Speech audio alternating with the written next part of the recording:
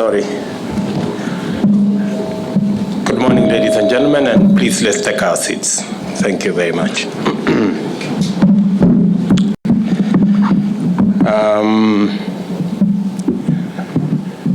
First, my good friend Peter Njonjo and your gracious wife Tina and your family. Cabinet Secretary is present. Our ambassadors and high commissioners, members of parliament, leaders, captains of industry.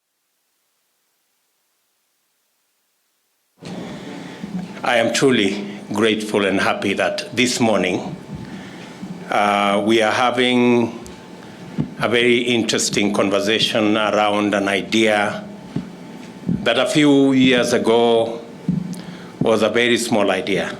Congratulations, Peter, for being bold, for being courageous, and your good wife for encouraging you on. Today, we have a wonderful facility.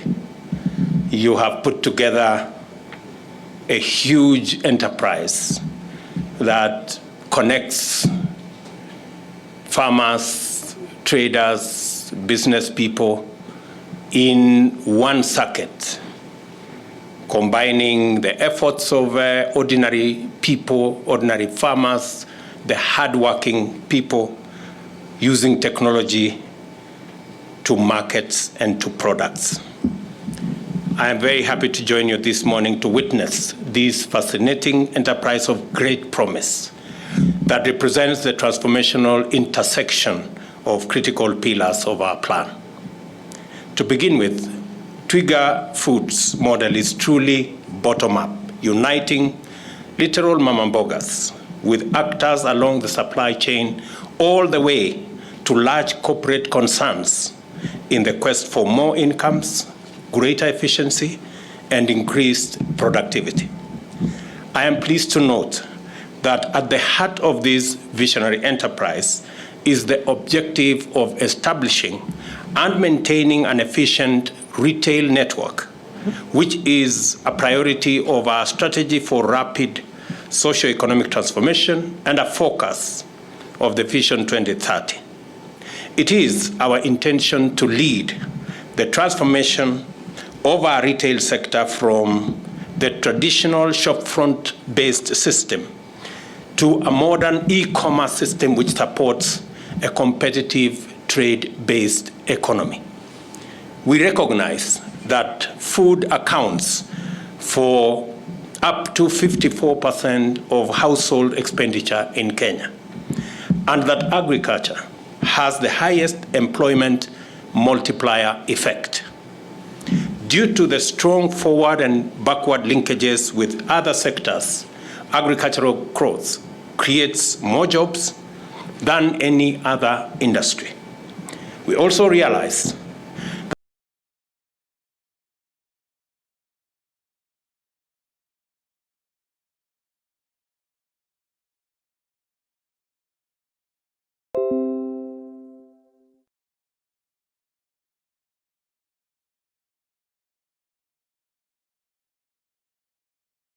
that agricultural product key pillars of our transformational agenda, that is manufacturing and the micro and small enterprise, strongly feature actors in the agricultural value chain.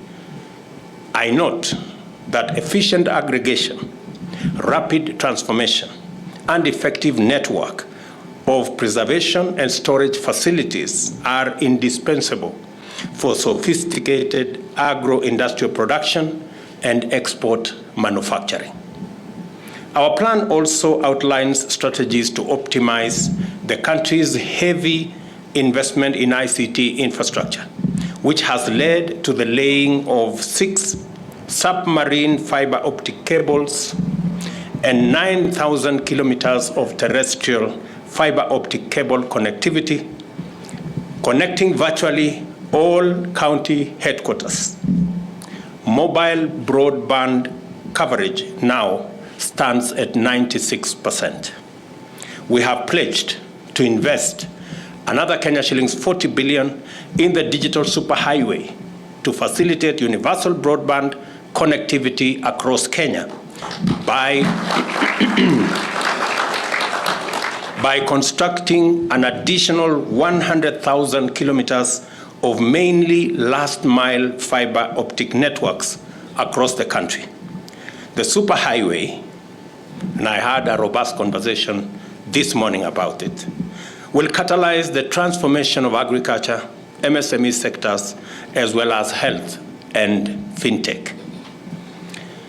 In Twiga Group, we witness a pioneer in harnessing the convergence of transformative sectors through imaginative deployment of technology.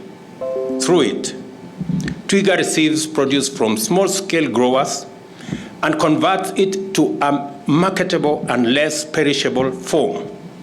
As a result, its outlet system is able to secure higher earnings, raising the incomes of growers, and also reducing poverty and inequality.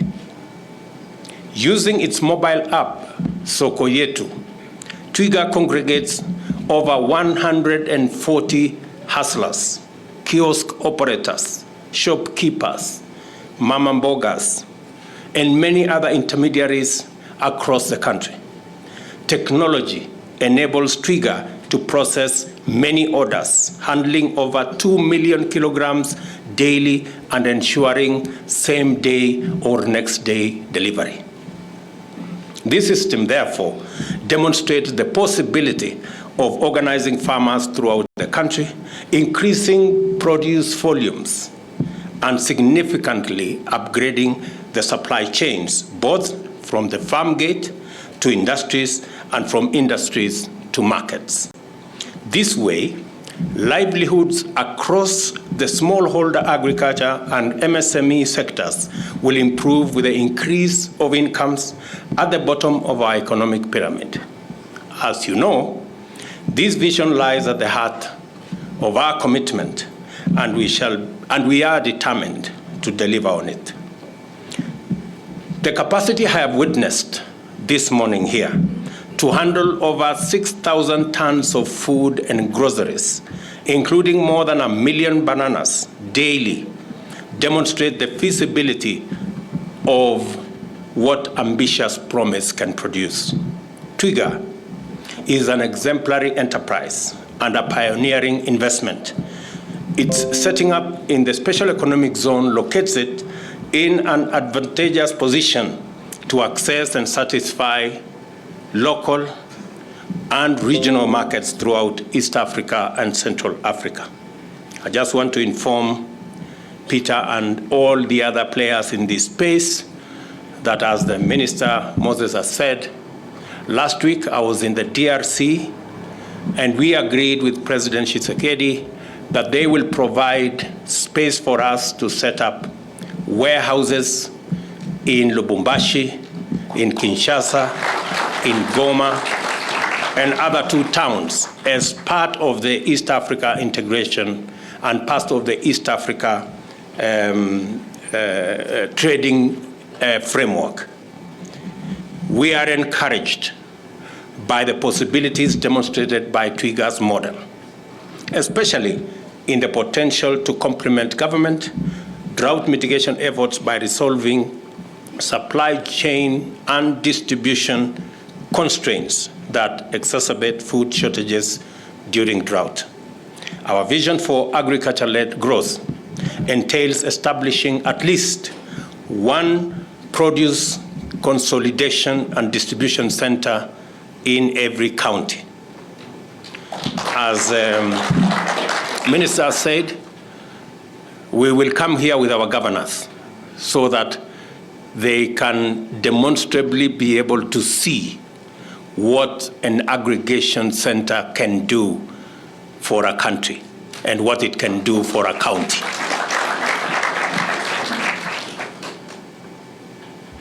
In turning each county to a produce aggregator, we desire to create opportunities for small, independent retailers to participate in local and international trade by facilitating better market access. You will be encouraged to understand that the market preferences we negotiated under the tripartite and Africa Continental Trade Area frameworks will confer a distinct competitive edge to the products you process over their imported equivalents. And again, we will be having a conversation today about the integration of our region, resolving conflict challenges in our region so that we can have the possibility of driving trade, especially intra-Africa trade, from the paltry 13–15% at the moment to 60–70%, because therein lies the greatest opportunity for our trade. I was very pleased when Peter, when he was showing us around, he said that initially they thought they were going to work on the export market, but they discovered that the local market has a greater opportunity, and they have been working on the local market. And slowly, once we cover the local market, then Peter, you can have the opportunity to go for your dream, which is the export market, and we are going to work with you all the way. I also encourage you to venture and establish presence, as I have said, in EAC and eventually in our continent, because already we have set the parameters and we have created the trade infrastructure through the EAC framework, through the Africa Continental Free Trade Area, through the tripartite agreement, both in EAC, in COMESA, and in SADC. The infrastructure to facilitate trade in our region is in place.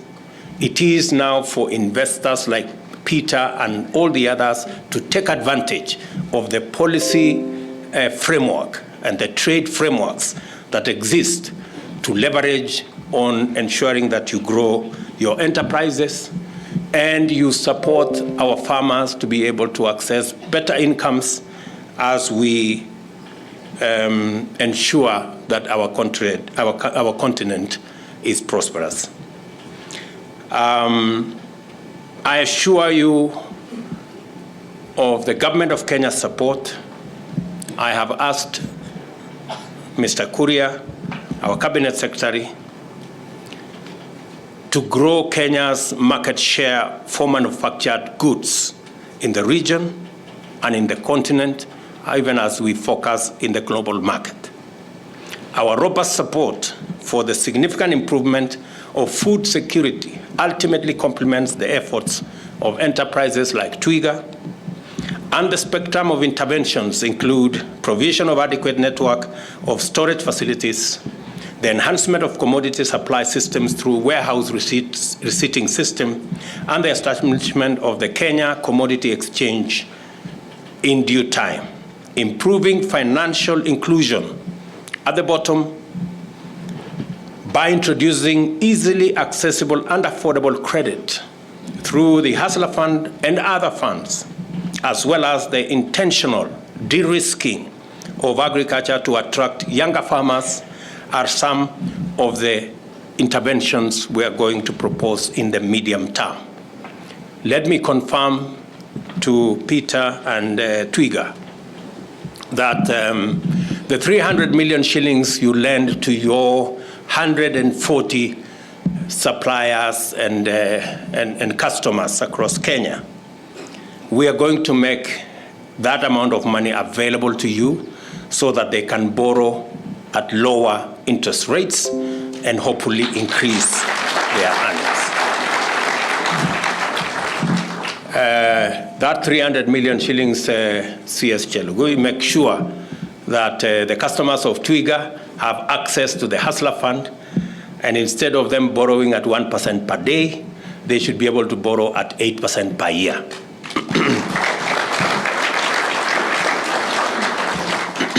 Furthermore, we are committed to addressing unfavorable aspects of the regulatory environment, high cost of energy, and to rebooting the fertilizer supply chain.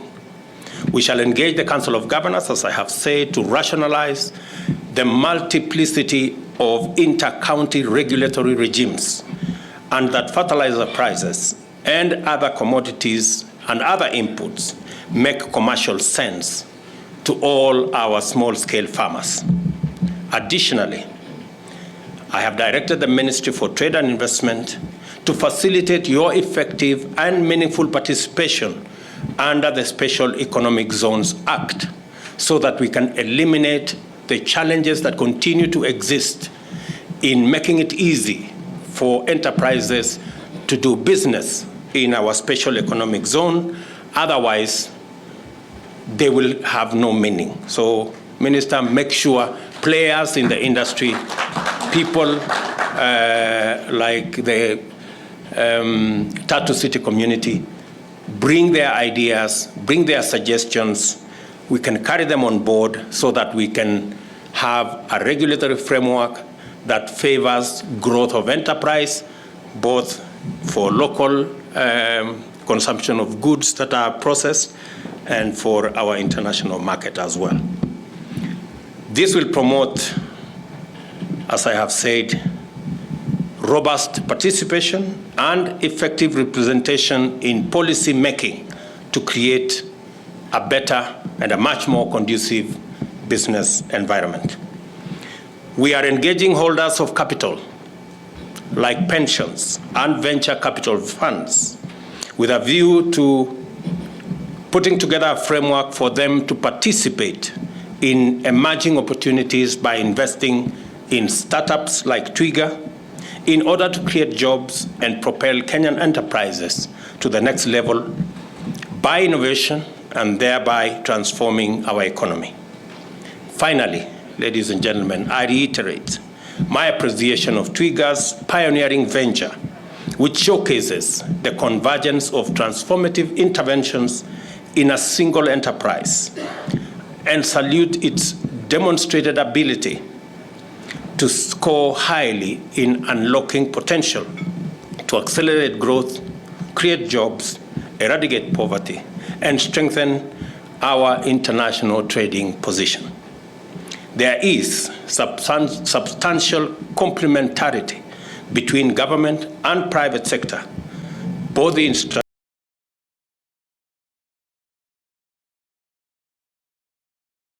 strategy and underlying incentives. Constructive engagement and effective collaboration holds tremendous promise to overtake our challenges, resolve our social economic issues, and transform our country. I therefore look forward to engaging Twiga Group and other firms as they advance in pursuit of ambitious visions and pioneering undertakings in various sectors.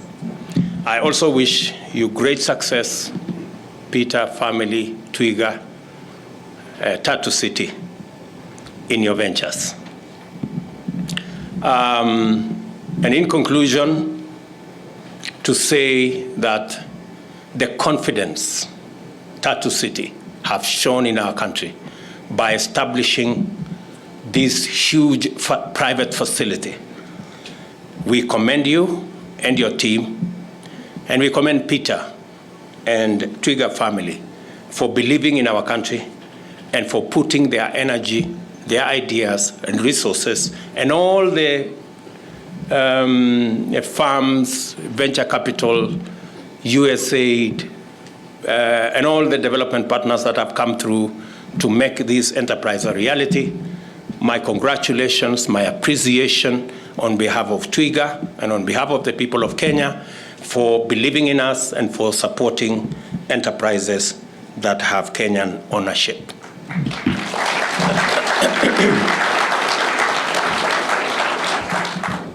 We look forward to doing this together. We are working with our farmers. We have some of the most hardworking farmers anywhere in the world. And progressively, through aggregation, through agro-processing, we will continue to provide facilities in our special economic zones, in our industrial parks around the country, and work with other development partners to make sure, and all other enterprises to make sure that we create the best possible opportunity for us to grow our country and to grow our economy. So I look forward to working with all the stakeholders in this sector. The government of Kenya will continue. We will continue to play our part. We will support our counties. I know, for example, we have agreed with the governor of Nairobi that we will be building 20 markets in Nairobi to support what Peter is doing, so that the people who are selling your products, whether they are bananas or they are vegetables or they are onions or they are tomatoes, do so in hygienic conditions so that we can continue the standards that you have set here into the marketplace. And we will do so with all the other counties as we work together towards re-engineering our country. Just to assure my young brother, Sakaja of Nairobi, that please keep the noise away from our children. You have our support. You have our support in ensuring that our city, I know I have discussed with you this before, and you have my support in ensuring that we reorganize the city, we make the city work for all the city residents, and ensure that the standards of the city of Nairobi are the standards of the capital city of Kenya. We will shortly, in fact, by this Friday, I will be appointing a Nairobi Rivers Commission to sort out the filth in our rivers. If you look at our rivers in Nairobi, it's a sad story. And I want to assure the residents of Nairobi, as I do the rest of the country, that we will make Nairobi River what it should be. A place that people can enjoy, a place where enterprise can grow, and we will get rid of the sewage, and we will get rid of all the other affluence and effluents that are going into the city of our city rivers. And thank you very much, Governor Sakaja, for working with my deputy to ensure that we agree with all the stakeholders to set up the the Nairobi Rivers Commission so that we can sort out our rivers in the city. And in conclusion, just to say that we are consolidating our country. We are reorganizing our country. I want to tell our brothers in the opposition to work with us, to criticize whatever they want to criticize, but let's keep the country peaceful. That's all we're asking. We want everybody to do their job, right? We want to do our job, and we wish well the opposition in doing their job, but they should do it peacefully. I do not think organizing demonstrations and getting Kenyans to do the things they want Kenyans to do is part of holding any government to account. They are free to criticize what we are doing. That's okay with us, and we appreciate, but I want to encourage them not to drive Kenyans against one another. Street demonstrations, street fights should not be part of the script of any responsible opposition, unless they want to be a dictatorial opposition, which I don't think that's where they want to go, because that works for nobody. It doesn't even work for them. So I want to say thank you very much. I look forward to working with all of you, and I wish you well. God bless you.